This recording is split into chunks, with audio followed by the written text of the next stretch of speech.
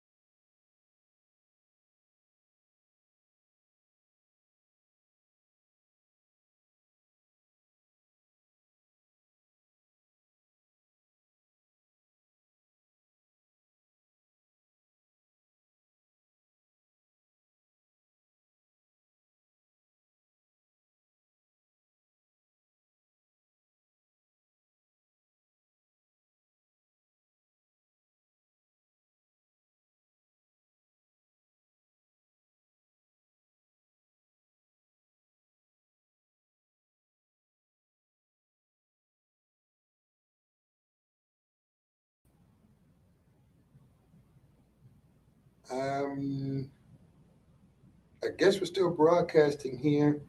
My apologies. I'm not really sure what happened. Let me see here.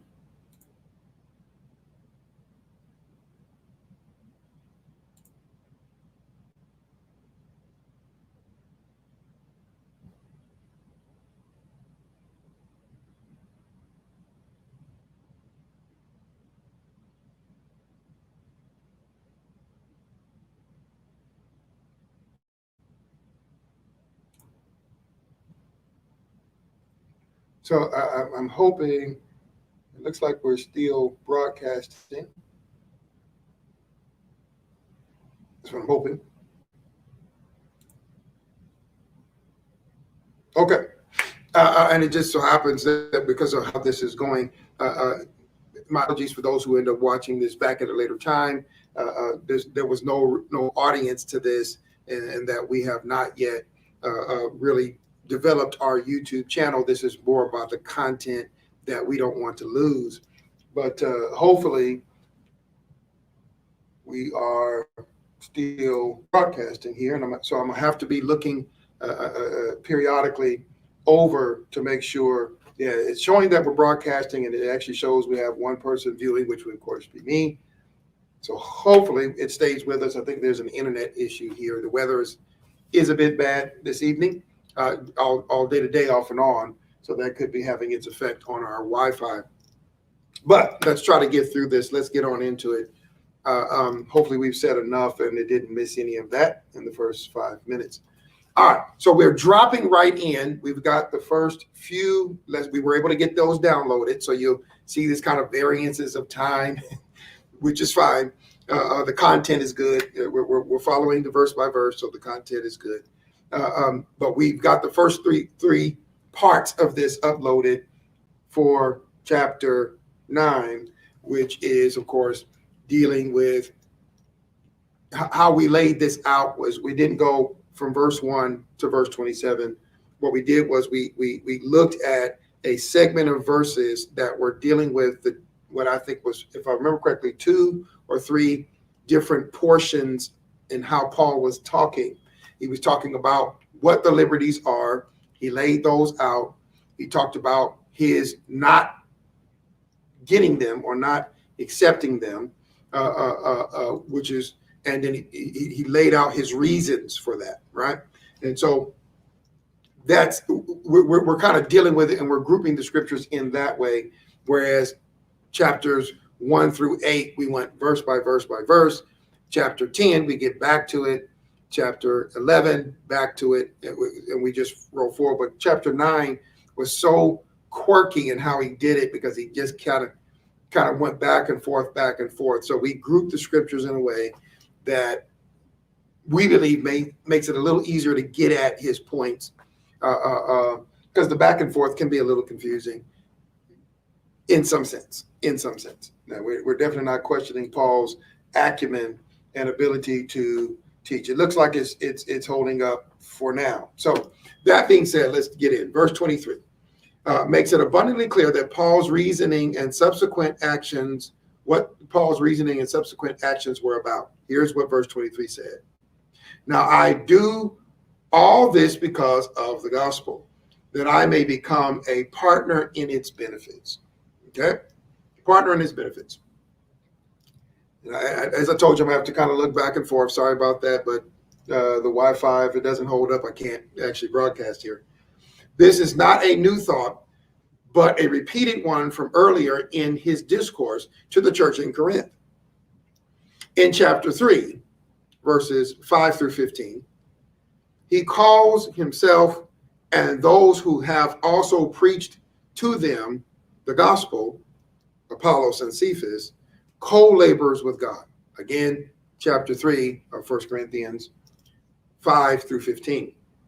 If you recall, he has already made it clear that his reward, his recompense or payment is the souls won to the faith through the preaching of the gospel.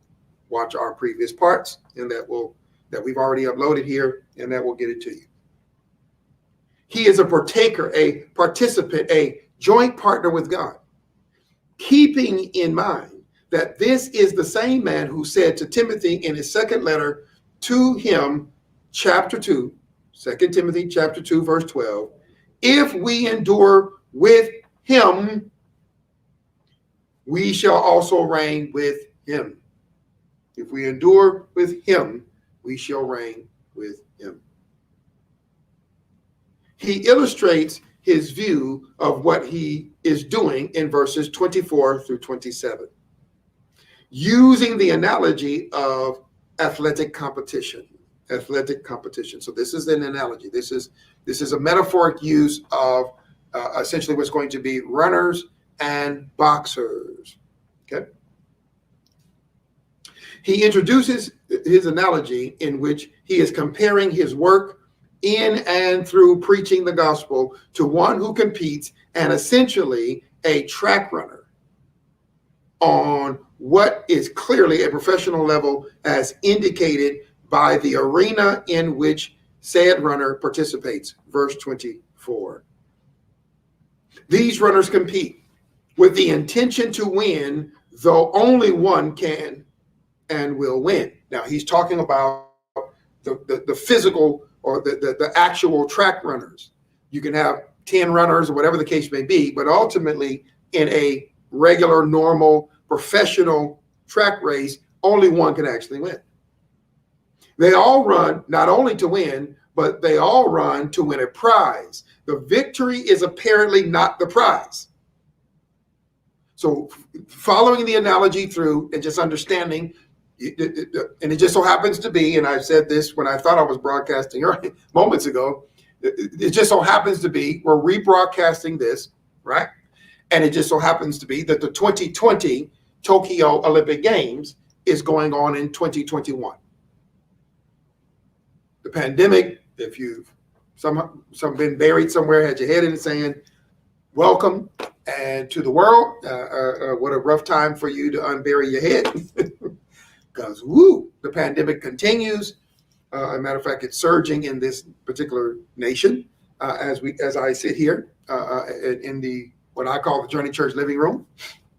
It is actually surging. The numbers are increasing. We won't get into that. That's not what this is about. But what is happening, and it is ironically happening as we're rebroadcasting this, is the 2020 Tokyo Olympic Games that had to happen a year later. So these runners compete with the intention to win, though only one can win. And the victory, according to verse 24, is not just winning the race. The victory is winning the race. The victory, is the prize that comes from winning the race. The prize that comes from winning the race. Hope you get that.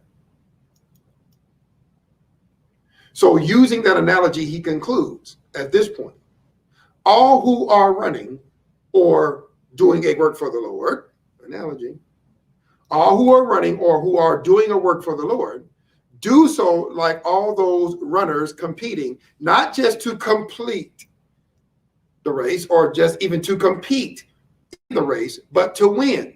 And not just to win the race, but to win the race to get the reward or to get the prize that is only given to the ones who win.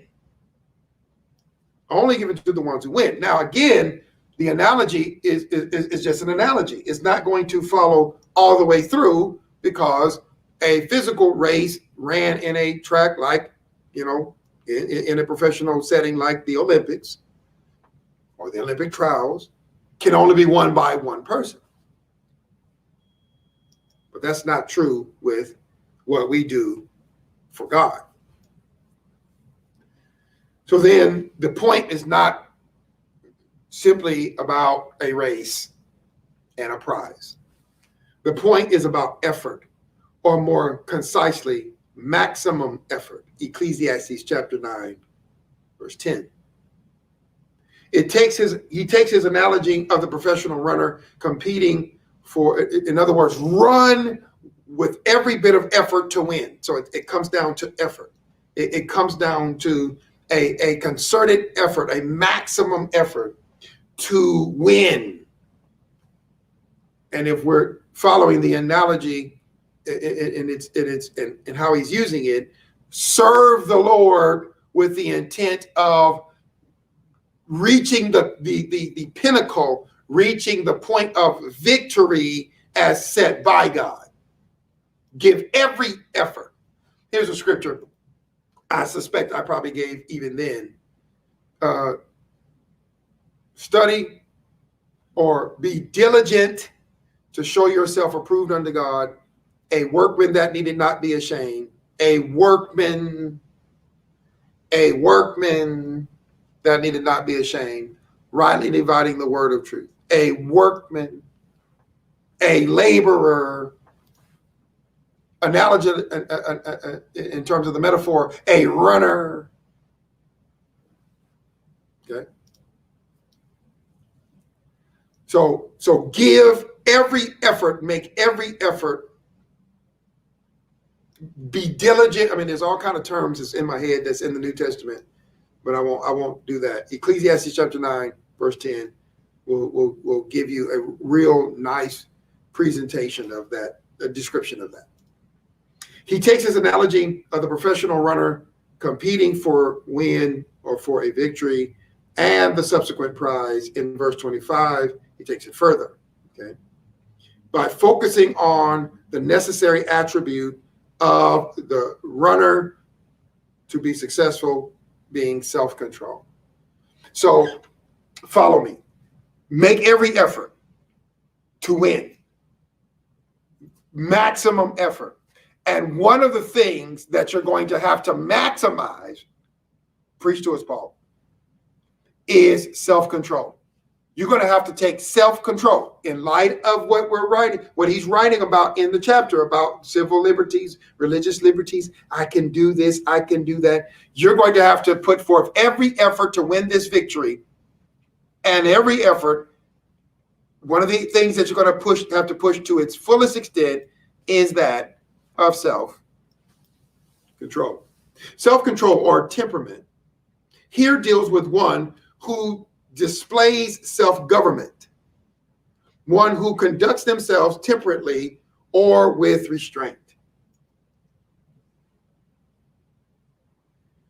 Here he contrasts the professional runner from him and others like him, his co-laborers, those who are not only co-laborers with him, but even with God, to the saving of souls, and says of both, now everyone who competes exercises self-control in everything. Verse 25a. This is an attribute, everyone who's competing. Everyone who's competing. Not just me, Paul, but Barnabas, Silas, Luke, Timothy. We're not all doing the same thing, but every single one of us who's running this race, who is a co-laborer with God, who is doing what God has called him to do, one of the attributes that they're going to have to take to its fullest extent is self-control. It's temperance. It's self-restraint. It's self-governing. However, he states that the prize or crown for the runner is perishable, mortal, corruptible. It is as temporary as the earth from which it is manufactured. Yet the one he and his fellow servants pursued was and is imperishable, incorruptible, immortal, incapable of decay. What I love about Paul here is that he's alert to the fact that he is using a human frail, failing a metaphor. And so Paul uses it to make his point, but he's willing to let us know, hey, don't go overboard with the analogy. I'm not going overboard with this analogy. Let me say it that way. I'm not going overboard. I recognize that there are some things that are not consistent. So for the physical track runner, and even for the boxer, there are some things that doesn't carry over. For example, the reward, the prize, the medallion, the trophy will perish. It will pass away when heaven and earth passes away. So I don't carry this analogy too far, recognize I'm only using it in certain aspects, like the diligence and the practice and the disciplines and the self-control and the self-government that they exhibit, but I'm not talking about trying to get something. And for the preacher and the teacher, let me say it in particular, who's trying to do this work strictly for the sake of wealth. Get it? Yeah, see, Paul said to get the prize, and then you start talking about getting a big offering. You are completely missing it. If that's what your mindset is, if that's what you're using his words here to mean, you have definitely missed it if you're using this chapter. And I say that respectfully. You have missed it, my brother, my sister. However, he states again, the prize of the crown is perishable. That offering you're going to get, brothers and sisters, while money is definitely necessary, it is still perishable. Verse 26 and 27 contains his concluding thoughts using sport and the professional athlete as an analogy to the diligent work in the gospel. Again, verse 26, run like the professional runner, who is seeking to win the race and the perishable crown or prize. He even adds another sport of boxing. Again, just to if you will, make his point more robust. We've talked about this in previous broadcasts. So he's using the boxer, which no doubt his readers would have been familiar with, therefore meaning these sports were taking place in that day and likely in and around that area. He is a Roman citizen, recall. Indeed, a boxer, a MMA fighter, whatever, however you want to look at it, a boxer might practice and prepare by punching what appears to be the air. But indeed, indeed, what would be the air, but he or she isn't fighting the air, but is mentally disciplining themselves for the eventual opponent they will face. If you've ever watched boxing and they come out and if you've seen like Rocky or whatever, you see them in the locker room, they're getting a sweat. And the trainers, doing this, and they're they're punching at the hands. So they're not finna fight hands. They're finna fight a person. So why are they doing this? They're just rehearsing. They're just going through mentally. Yeah, they know that's hands or air, but they're, or a punching bag or whatever the case may be. But in real truth, they also sparred against a person who is, likened unto the opponent that they're going to face. So they may appear to an untrained eye to be fighting the air, but they're not. They are preparing to deal with a real opponent who is going to be looking to remove, as it were, their heads. It's a discipline act. It's an act of discipline. The point is made clear in verse 27, in which Paul turns the focus of his point back towards himself as a professional minister of the gospel. Instead, I discipline my body and bring it under strict control so that after preaching to others, I myself will not be disqualified. Paul said, I discipline, or I keep under my body, which here means I keep in subjection, strength, in government, in subjection, or I keep down my body. In the context of the chapter, this can only mean that while I have all these civil, religious liberties and rights, I temper or control or constrict myself. I temper, I control, or I restrict myself. Why? I don't want to be disqualified. I don't want to do all of this labor and then miss out on seeing the souls saved. Remember, that's the prize. I'm running with the intent to get the are you getting that? Because I know I've said this in the previous broadcast. Let me be clear, because when we look at disqualification here, this is not really talking about and then go to hell. It's not really the point. This is, and I believe we alluded to Moses, right? Going into the promised land. Now he also almost went to hell as well, but he struck the rock. And the reason why we have to make this distinction, because this is the distinction that Paul is making. Notice he's talking about laboring. He's not talking about one who is trying to come to faith in God. He's talking about someone who has come to faith in God, has been called to a particular work for the Lord, a co-laboring with God. And in co-laboring with God, there's a reward for co-laboring. There's a reward for the co-labor. And if I'm co-laboring with God in the preaching and the teaching and the reach out and helping God's people, there's a reward that comes with that.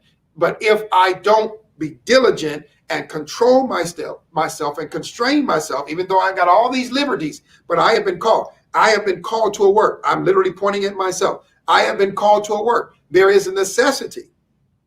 Pastor Matthews.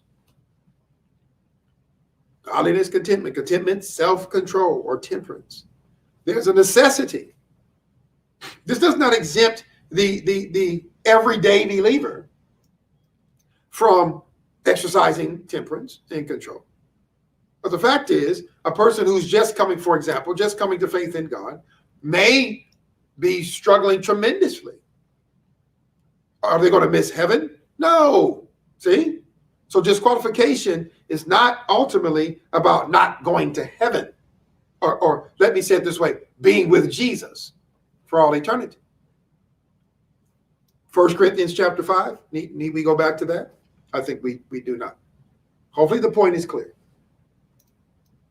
1 Corinthians chapter 5, remove him from the body from the collective, from the body, from the ecclesia, get him out so that he might be vulnerable to Satan to destroy his body, but his soul will be saved. Wow, I thought that was no. He still will get eternal life, but if he is someone who is in the leadership or someone who is doing a work for the Lord, he's going to lose that reward. Was that chapter 3? Works will be burnt up. Again, 5 through 15.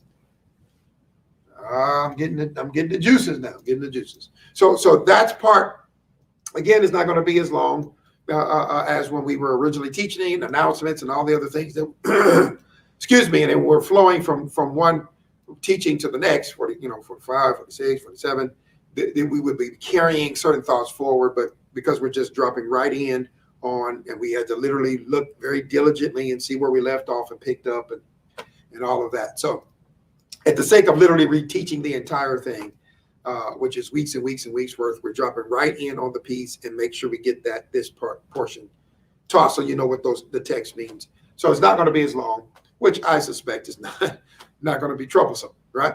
Now, that being said, it's on YouTube. This is where it's going to be, unless YouTube disappears, goes away. Of course, we're downloading these things as well, so we can make sure we have our own library, our own collection. For the sake of, if these go away, we still have the teaching. We can put them on another platform as we're doing now. But if you have questions, anything, feel free to use this platform, because once it's up and the live is officially done in moments from now, you come in, you're watching, comment, questions, I'll get the notification and we'll be able to come and respond to your comments. All right. Your questions, your inquiries, your comments. All right, brothers and sisters. Indeed, be blessed.